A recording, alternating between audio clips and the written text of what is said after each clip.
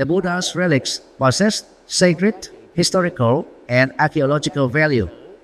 These relics typically appear bone-colored and lack vivid coloration. In India, they are revered as national treasures. To venerate the Buddha's relics is considered a great blessing and rare privilege. In the Sutra on the merits of making offerings to the relics, the Buddha taught, after my parinirvana, any sentient beings, whether celestial or human, who rejoice with devotion and reverence upon receiving my relics, who pay homage, make offerings, and bow respectfully, shall receive immeasurable and boundless merits. Ananda, know this. To see the relics of the Tathagata is to see the Buddha. To see the Buddha is to see the Dharma. To see the Dharma is to see the Sangha. And to see the Sangha is to see Nirvana. Ananda, you should understand that because of these conditions, the three jewels will remain forever, unchanging, serving as a refuge for all sentient beings. During his final rains retreat in Vaisali, the Buddha solemnly declared that he would enter final nirvana, parinirvana without remainder, at Kusinagara upon reaching the age of 80. With this, he would bring to completion his sacred mission of spreading the Dharma and moral discipline, dispelling delusion, awakening understanding, and guiding countless beings toward enlightenment and liberation.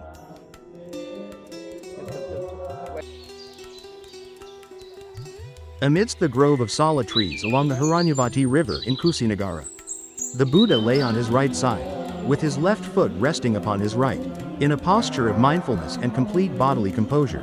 Then, he offered his final teaching: O disciples, all conditioned phenomena are impermanent. Strive diligently, do not be negligent. Having spoken these words, the Buddha entered deep meditation and attained parinirvana, final nirvana without remainder.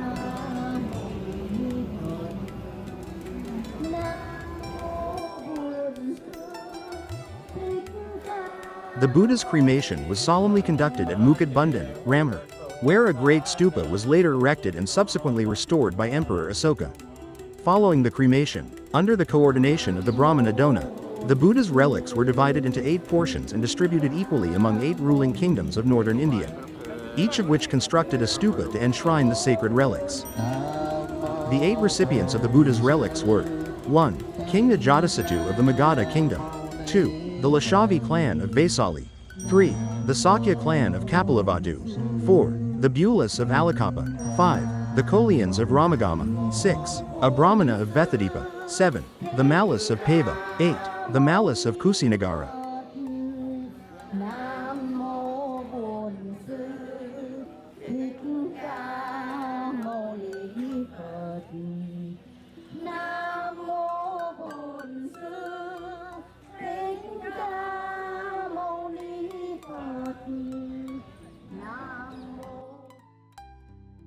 The National Museum in New Delhi was initiated by the President of India, R.C. Rajagopalachari, at the Presidential Palace on August 15, 1949. The foundation stone for the museum was laid by former Prime Minister Jawaharlal Nehru on May 12, 1955. Phase 1 of the museum was inaugurated by former President Sarvepalli Radhakrishnan on December 18, 1960, and Phase 2 was completed in 1989.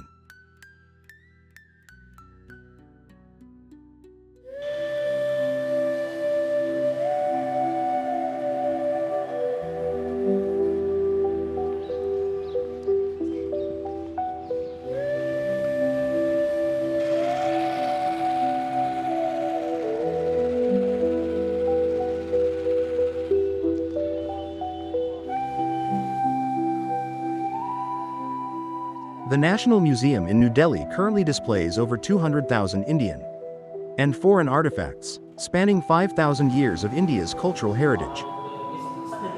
Its collections encompass a wide range of exhibits related to Buddhism, Hinduism, and Jainism, including both excavated antiquities from across the Indian subcontinent and handcrafted objects created by skilled artisans. The artifacts on display range from prehistoric to modern times, covering Indian and Central Asian archaeology, anthropology, weaponry, interior decorative arts, manuscripts, coins, paintings, as well as Western-style artistic creations.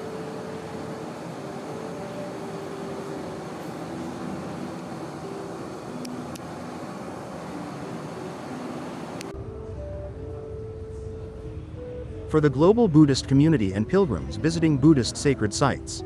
The most significant section of the National Museum in New Delhi is the gallery displaying the authentic relics of the Buddha. These relics were excavated at Piparwa village, in Siddharth Nagar district, Uttar Pradesh, more than a national treasure. The Buddha's relics are considered a precious heritage of all humanity. They draw international delegations who come to pay homage, engage in walking meditation, recite the Buddha's name, or sit in contemplative silence. Chúng ta là những người đầy đủ thiện duyên, hôm nay được đối diện trực tiếp với cái xá lợi của Phật. Tuy rằng cách Ngài là 2.600 mấy chục năm, 67 năm, nhưng mà chúng ta may mắn được thấy được cái xương cốt của Ngài. Đó là một điều vô cùng vinh hạnh mà chúng ta hữu duyên gặp được. Nhất tâm đảnh lễ Nam Mô Hiện Tọa Đạo Tràng Ta Bà Giáo Chủ Đại Từ Đại Bi Bổn Sư Thích Ca Mâu Ni Phật.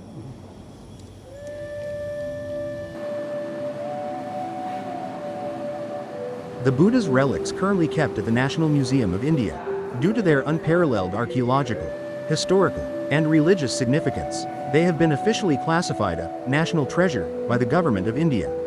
These Buddha relics are the sacred crystallization of the cremated remains of the Buddha's physical body. They are revered as sacred treasures of immeasurable value, formed through the perfection of the Buddha's moral conduct and spiritual realization. The fruition of his precepts, concentration, and wisdom, as well as his complete liberation and liberative insight.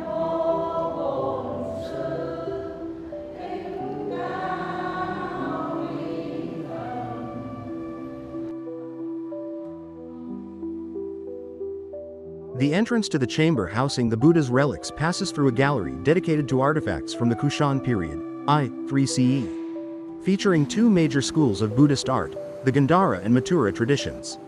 Gandharan Buddhist art, heavily influenced by Greco-Roman iconography, dates primarily to 2 CE and is known for its standing statues of the Buddha. This period marks the first historical instance in which the Buddha was depicted in anthropomorphic form. Mathura Buddhist art includes images of the Buddha Sakyamuni, as well as bodhisattvas such as Maitreya, Manjusri, and Avalokitesvara, often displayed alongside Hindu deities. The Buddhist art collection features exceptional artifacts crafted from diverse materials such as bronze, stone, wood carvings, scroll paintings, and thangka. These works originate from India, Nepal, Tibet, Central Asia, Myanmar, Java, and Cambodia, representing the artistic expressions of the three major Buddhist traditions, Theravada, Mahayana, and Vajrayana.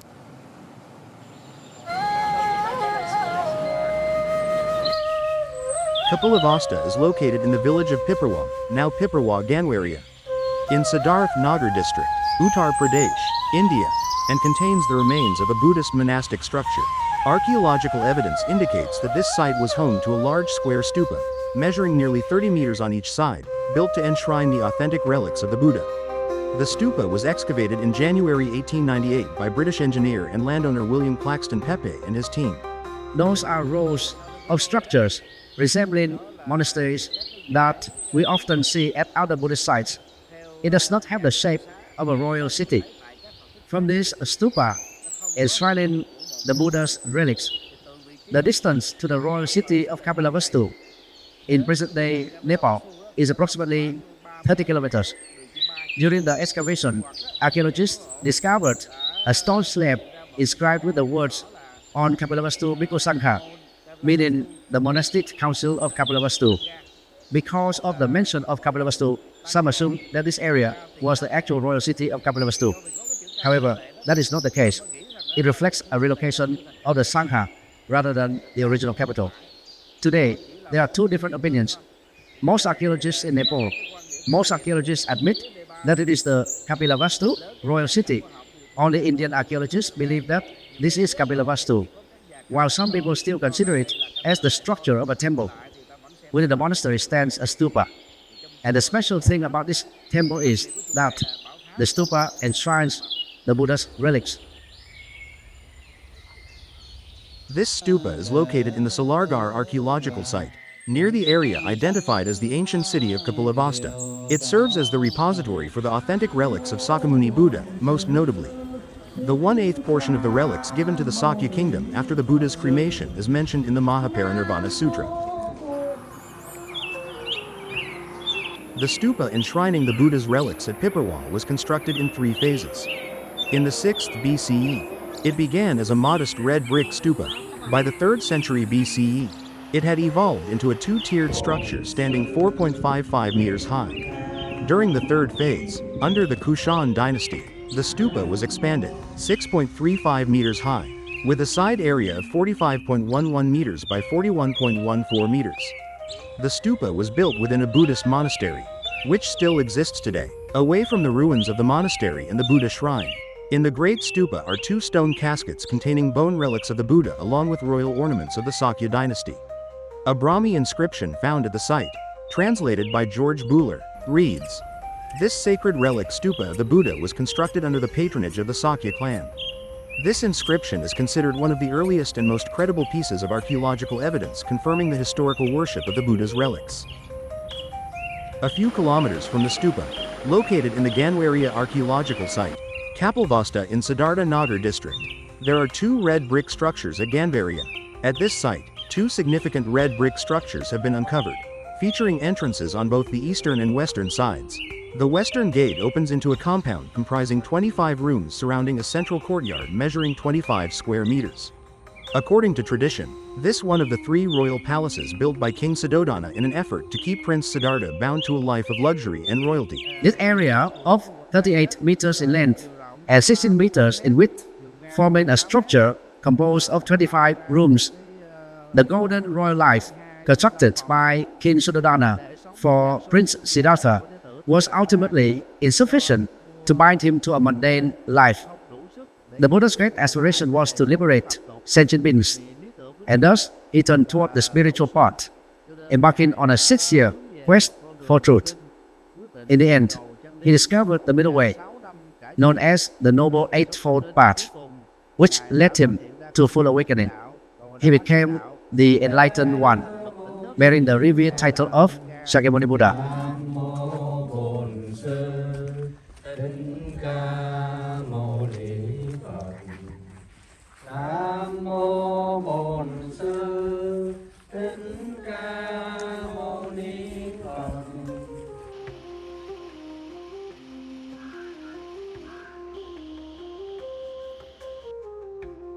Not far from the stupa, the local authorities of the Piparwa and Ganwaria area have established the Kapilavastu Museum, which houses archaeological findings related to the life of the Buddha.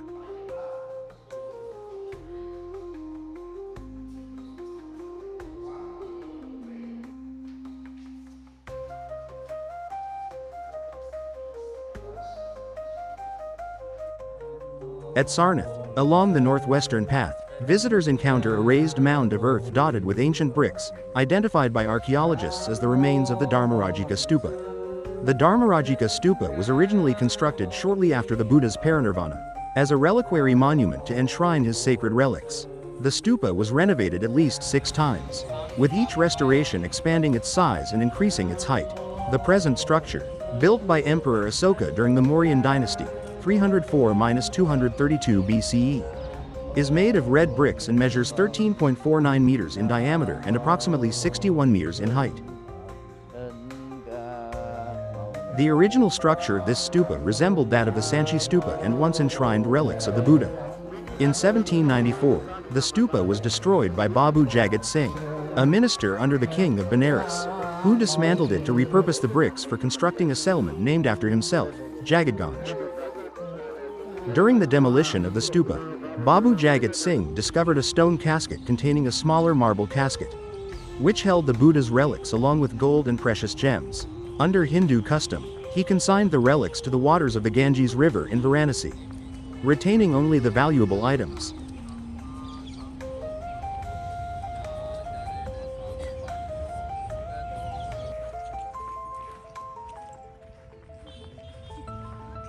The relic stupa at Vaisali was built by the Lashavi people to commemorate the Buddha.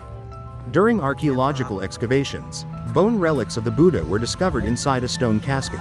These relics were later transferred to the Patna Museum, while a portion was enshrined in the nearby Peace Pagoda constructed by the Japanese Buddhist community.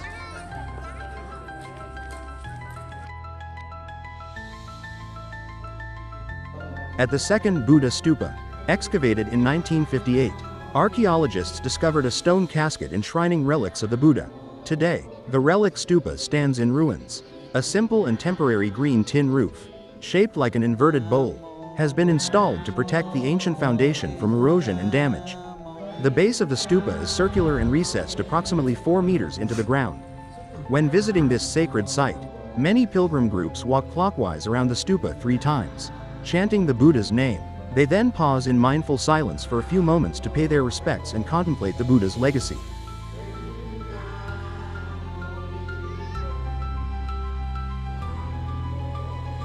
In recent years, exhibitions of the Buddha's relics have been held in numerous countries around the world.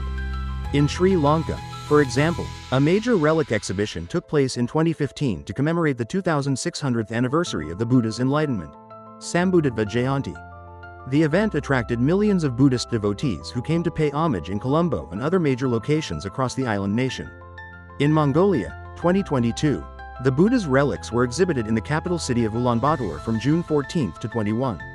2022, the event was co-organized by the Government of India, the Government of Mongolia, and the Ganden Techenlin Monastery, the largest Buddhist monastery in Mongolia.